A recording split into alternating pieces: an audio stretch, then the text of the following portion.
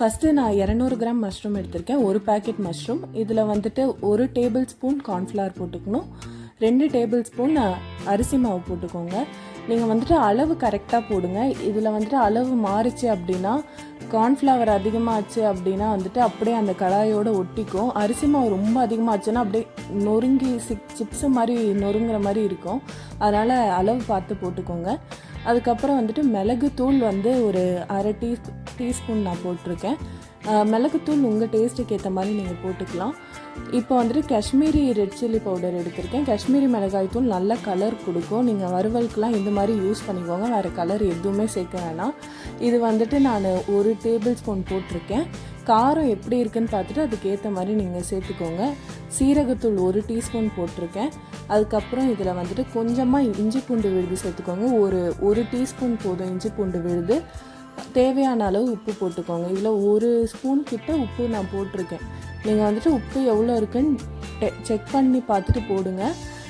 நல்லா first mix பண்ணிக்கோங்க. இதை மிக்ஸ் பண்ணிவிட்டு அதுக்கப்புறமா இதில் கொஞ்சம் சேர்க்கணும். அதெல்லாம் என்னன்னு சொல்லிட்டு நம்ம பின்னாடி பார்ப்போம்.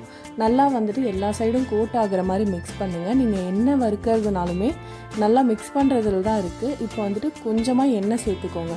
மஷ்ரூமில் வந்து பொதுவாக நமக்கு கோட் ஆகாது சரியா. நீங்கள் எதனா வறுக்கிறீங்க அப்படின்னா அந்த இது வந்து தனியாக பிரிஞ்சு வந்துடும். நீங்கள் அதுக்கு வந்துட்டு இந்த மாதிரி எண்ணெய் கொஞ்சமாக ஊற்றிட்டு நல்லா மிக்ஸ் பண்ணிக்கோங்க. நல்லா மிக்ஸ் பண்ணிட்டீங்க அப்படின்னா அந்த மசாலாலாம் மஷ்ரூமில் நல்லா ஒட்டிக்கும். இந்த டிப்ஸ் கண்டிப்பாக ஃபாலோ பண்ணுங்கள். இப்போ எண்ணெய் ஊற்றி நல்லா எல்லா சைடும் கோட் ஆகிற மாதிரி நல்லா மிக்ஸ் பண்ணிகிட்டே இருக்கணும். இந்த மாதிரி நல்லா வந்து மிக்ஸ் ஆகி வச்சுருக்கணும். அதுக்கப்புறமா கொஞ்சம் கொஞ்சமாக தண்ணி தெளித்து நல்லா மிக்ஸ் பண்ணிக்கோங்க. தண்ணி வந்து மொத்தமாக சேர்த்துறாதீங்க. மஷ்ரூம்லேயே தண்ணி விடும். நீங்கள் வந்துட்டு ஊற வைக்கிறீங்க அப்படின்னா அதுலேருந்தே தண்ணி வெளியேறும். நான் வந்துட்டு இதில் ஒரு 10 நிமிஷம் மட்டும்தான் ஊற வச்சுருக்கேன். லைட்டாக தான் தண்ணி தெளிக்கிறேன். அதுக்கே வந்துட்டு எனக்கு கொஞ்சம் தண்ணி விட்டுச்சு. அதனால் நீங்கள் அந்த மசாலா கோட் ஆகிற வரைக்கும் மட்டும் தண்ணி தெளித்தா போதும்.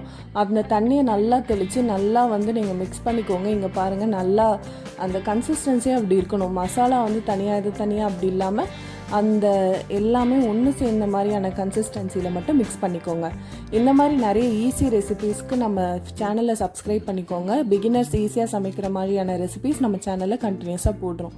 இப்போ வந்துட்டு எண்ணெய் நல்லா காஞ்சதுக்கப்புறம் இதெல்லாம் வந்துட்டு ஒன்று ஒன்றா போடுறோம். இப்போ என்னென்னா, நீங்கள் எண்ணெயை நல்லா காய வச்சுட்டு ஸ்பீடாக வச்சுட்டு எல்லாத்தையும் போடக்கூடாது.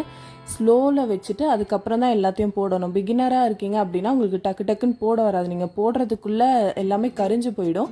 அதனால் ஸ்பீடாக வச்சு எதுவுமே வேக வைக்காதீங்க. ஸ்லோவில் வச்சுட்டு எல்லாத்தையும் போடுங்க. ஒரு சிம்மில் வச்சுட்டு நீங்கள் பொறுமையாக வேக வைங்க. நல்லா வறுபடணும். இல்லைனா நீங்கள் கரண்டியில் அப்படியே எடுக்கிறப்போ ஒட்டிக்கிட்டு வரும். அந்த நம்ம போட்ட மசாலாலாம் அப்படியே தனியாக வந்துடும். அதனால் நீங்கள் வந்துட்டு நல்லா வறுபடட்டும். ஸ்லோவாக வறுபட்டதுக்கப்புறமா திருப்பி போட்டுட்டு ஃபுல்லாக வறுபட்டோன்னே நல்லா அந்த எண்ணெயில் நல்லா வதக்கிட்டு அதுக்கப்புறமா நீங்கள் இறக்கிட்டீங்க அப்படின்னா மஷ்ரூம் 65 ரெடி ஆகிடும். இது வந்துட்டு சிக்கன் 65க்கு வந்து நிஜமாகவே பெஸ்ட்டு காம்படிட்டர்னு சொல்லுவேன். நான் அவ்வளோ ஜூஸியாக இருந்துச்சு, சூப்பராக வந்தது.